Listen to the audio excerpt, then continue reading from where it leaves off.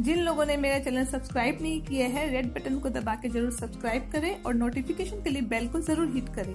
मेरा वीडियो अच्छा लगा तो जरूर लाइक करें और नीचे स्क्रॉल करके कमेंट बॉक्स में जरूर से फीडबैक दें। Hello friends, welcome back to Chai Shai. आज चाय शाय में लेके आए हैं, आप देख रहे हो कि ये क्या है। ये है चोपड़ा। सामने आ रहा है राखी का त्योहार और राखी पे तो चोपड़ा का तो जरूरत पड़ता ही है। तो चोपड़ा हमारे पास बहुत होते हैं घर पे एंड सुंदर सुंदर होते हैं। यहाँ से तो बहुत वैरायटी मिलती है।